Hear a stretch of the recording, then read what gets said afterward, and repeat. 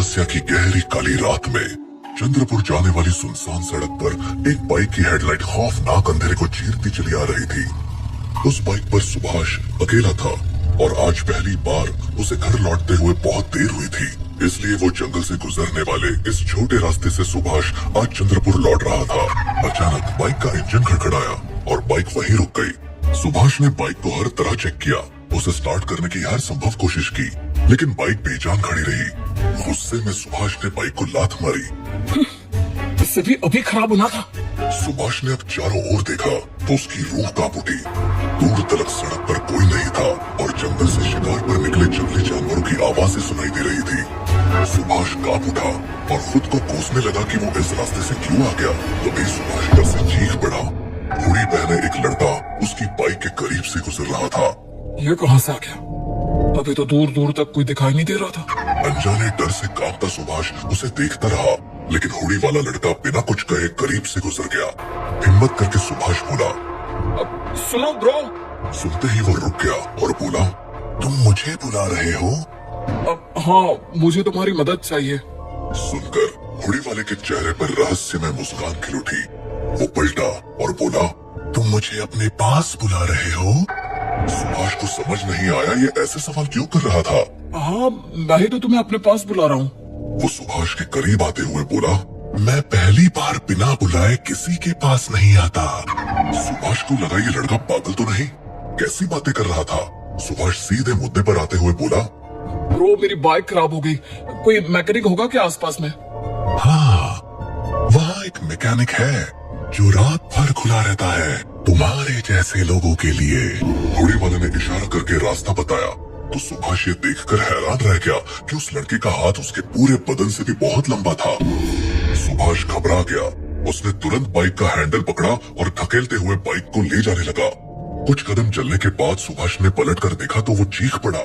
घोड़ी वाला कहीं नहीं था और दूर तलक सड़क खाली थी। सुभाष ने सूखे गले में थूक निकली और पूरी ताकत से बाइक को खींच कर ले जाने लगा। कुछ दूर पहुंचने पर सुभाष ने देखा सड़क किनारे एक ओपन जीप खड़ी थी और उसमें बैठे 4 यंगस्टर्स लाउड म्यूजिक के साथ ड्रिंक एंजॉय कर रहे थे। सुभाष ने उनके करीब से गुजरते हुए अपना पसीना पोंछते हुए पूछा, मैकेनिक की शॉप कितनी दूर है यहाँ पर? सुनकर वो लड़के हंस पड़े और एक बोला, अंकल ये जंगल है, यहाँ इतनी रात भूत घूमते हुए मिलेंगे, मैकेनिक की शॉप नहीं। सबसे करीब मैकेनिक शॉप चंद्रपुर में है। क्या बात कर रहे हो? वो अभी हुडी वाला लड़का मिला था, वो बता रहा था कि थोड़ी दूर पर ही मैकेनिक है, ऑल नाइट सर्विस वाला। सुनते ही चारों लड़कों के होश उड़ गए। हुडी वाला लड़का, तुमने उससे बात की? हाँ, उसने मुझे यहाँ आने का रास्ता बताया था। उसने परमिशन मांगी होगी तुमसे, तुमने दे दी थी? हाँ, अजीब इंसान था। बोल रहा था बिना बुलाए पहली बार किसी के पास नहीं आता। वही चारों लड़के डर से कांप उठे थे, उनके पसीने छूटने लगे थे। उनमें से एक चीख कर बोला, ये क्या कर दिया तूने पागल? वो इंसान नहीं, रात का छलावा है। तूने रात के छलावा को अपने पास बुला लिया, अब तेरा कुछ नहीं हो सकता। भाग यहाँ से, रात का छलावा इसके आसपास ही होगा। तुरंत चारों ओपन जीप में चढ़े और फुल स्पीड से ड्राइव करते हुए भाग गए। सुभाष ने यूं भागते देख हैरान रह गया, उसे समझ नहीं आ रहा था ये क्या होता है, रात का छलावा, और इस तरह से डर कर क्यों भागे? सुभाष को कुछ समझ नहीं आया। वो फिर से अपनी बाइक को ढकेल कर ले जाने लगा और फिर सुभाष की नजर पड़ी मैकेनिक की गुमटी पर, जिस पर 24 आवर्स ओपन लिखा हुआ था। देखते ही सुभाष को जोश आ गया और वो तेजी से बाइक ढकेल कर गुमटी पर पहुंचा तो उसने देखा वहाँ एक आदमी की तस्वीर लगी थी जिस पर माला चढ़ी हुई थी और वहाँ कोई कंबल ओढ़े सो रहा था। सुभाष ने उस सोते हुए मैकेनिक को उठाया। वो मैकेनिक उठा और उसने अपने मुंह से कंबल हटाया तो उसे देखकर सुभाष चीख पड़ा, क्योंकि इसी की फोटो पर तो माला चढ़ी हुई थी। मैकेनिक उसकी हालत देखकर हंस पड़ा। अरे वो मेरा जुड़वा भाई है, हम दोनों दिखने में भी एक जैसे ही थे, बस फर्क सिर्फ इतना है वो मुझे छोड़कर इस दुनिया से चला गया। उसने सुभाष की बाइक ली और जल्द ही सुधार कर बाइक स्टार्ट कर दी। बाइक को फिर से चलता देख सुभाष के चेहरे पर राहत आ गई। उसने खुशी से मैकेनिक को पैसे दिए और फिर वो पूछ बैठा, तुमको पता है ये रात का छलावा क्या होता है? ऐसा बोलते हैं, छलावा भटकती रूह होती है जो इंसानी शक्लें बदलकर शिकार करती है, फिर उस इंसान की आत्मा को अपने जैसा छलावा बना लेती है। रात का छलावा सिर्फ रात में निकलता है और सुबह की पहली किरण के धरती पर गिरते ही उसकी शैतानी शक्ति खत्म हो जाती है और वो अंधेरी जगह छिप जाता है। सुनकर सुभाष सोच में पड़ गया।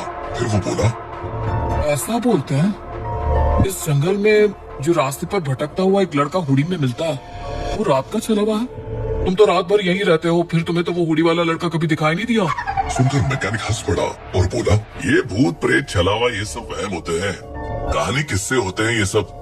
अगर सच में रात का छलावा यहाँ भटक रहा होता तो मुझे नहीं टकराता। मैं तो यहाँ पिछले 1000 साल से बैठा हूँ। घबराकर सुभाष पीछे हट गया। 1000 साल? तुम डरा रहे हो मुझे। अचानक उस मैकेनिक की आवाज बदल गई, उसकी आंखें बेजान सी हो गई और वो खड़खड़ाती आवाज में बोला, आओ सुभाष, मैं तुम्हें अपनी दुनिया दिखाता हूँ। सुभाष हैरानी से चीख पड़ा था, वो उसका नाम कैसे जान गया था।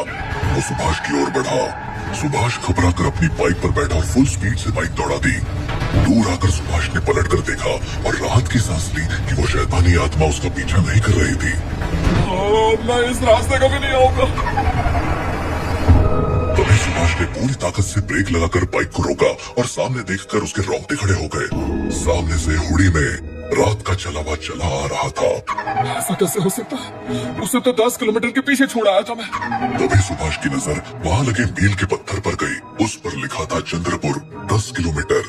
10 किलोमीटर दूर चंद्रपुर कैसे हो सकता है? अब तक तो मुझे चंद्रपुर शहर के अंदर होना चाहिए था। पिछले 1 घंटे से मैं बाइक चला रहा हूँ। मतलब वो हुडी वाला सच में रात का छलावा है। भ्रम पैदा करके मुझे वो वही का वही घुमा रहा है। सुभाष के दिमाग में कुछ आया।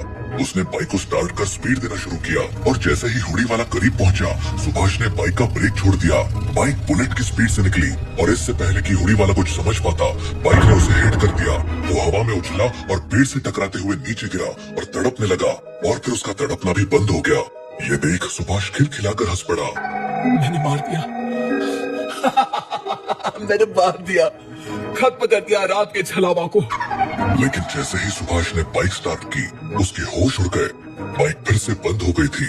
सुभाष ने देखा वो ठीक उसी जगह पर खड़ा था जहाँ पहले उसकी बाइक बंद हुई थी। सुभाष ने हुडी वाले को देखा, उसके शरीर में कोई हरकत नहीं थी। ये देख सुभाष ने राहत की सांस ली और वो ढकेलते हुए बाइक को दोबारा ले जाने लगा। आगे पहुंचने पर उसे वही 4 लड़के फिर से दिखाई दिए, मगर इस बार वो कार पर बैठे हुए थे, जीप पर नहीं। सुभाष उनके करीब गया और जोश से बोला, मैंने उसको मार दिया रात की छलावा को। अब वो किसी को परेशान नहीं करेगा। सुनकर एक लड़का हैरानी से बोला, भाई तू कौन है और किसको मारने की बात कर रहा है? अरे मैं वही तो हूँ जिससे थोड़ी देर पहले तुमने बताया था ना, हुडी वाला रात का छलावा है। उस समय तुम लोग जीप पे थे। दूसरा लड़का बोला, जीप यहाँ कहाँ से आई हमारे पास? और तू कब आया हमारे पास? हम तो तुझसे पहले घर मिल रहा। ऐसा कैसे हो सकता है? रात का छलावा तो मर गया, फिर तो भ्रम भी टूट जाना था। तभी सुभाष चीख पड़ा। उसने देखा उनकी कार में से हुडी वाला रात का छलावा निकल रहा था। उन 4 लड़कों की आंखें भी बेजान पत्थर की हो चुकी थी। रात का छलावा सुभाष की ओर बढ़ा। घबराकर सुभाष ने बाइक वहीं छोड़ दी और भागना शुरू कर दिया। वो दौड़ता गया और हाफते हुए रुका तो देखा अब वो जीप के सामने खड़ा है और जीप में 4 लड़के बैठे ड्रिंक कर रहे थे। घबराकर सुभाष पलटा और जंगल के अंदर भाग खड़ा हुआ। वो जंगल में दौड़ता हुआ रास्ते के दूसरी तरफ निकला तो देखा वहाँ सड़क थी। सुभाष उम्मीदों के साथ सड़क पर पहुंचा तो डर से चीख पड़ा। वो मैकेनिक की दुकान के सामने खड़ा था। सुभाष पलटा पर भागने के लिए पलटा तो उसका खून सूख गया। उसके सामने हुडी पहने रात का छलावा खड़ा था। वो बोला, बहुत खेल खेल लिया आंख में चोली का, सुबह होने को है, मेरे घर लौटने का टाइम हो रहा है। तभी सुभाष ने देखा सामने से तेज स्पीड में गाड़ी आ रही थी। मौका देखकर सुभाष ने उस गाड़ी के सामने रात के छलावा को धक्का दिया, लेकिन वो रात के छलावा के भीतर से आर पार निकल गया और सीधा उस गाड़ी के नीचे आ गया। गाड़ी वाले ने गाड़ी रोकी और उतरकर देखा, सुभाष मर चुका था। ये देखकर रात का छलावा के चेहरे पर मुस्कान खिल उठी। वो पलटा, वहाँ सुभाष खड़ा था और उसकी आंखें बेजान पत्थर सी थी। रात का छलावा बोला, ये जगह अच्छे से देख लो, अब से तुम हर रात यहाँ मिलोगे। कहकर रात का छलावा पलट कर जंगल में गया। उसके पीछे सुभाष, मैकेनिक और वो 4 लड़के भी चले गए।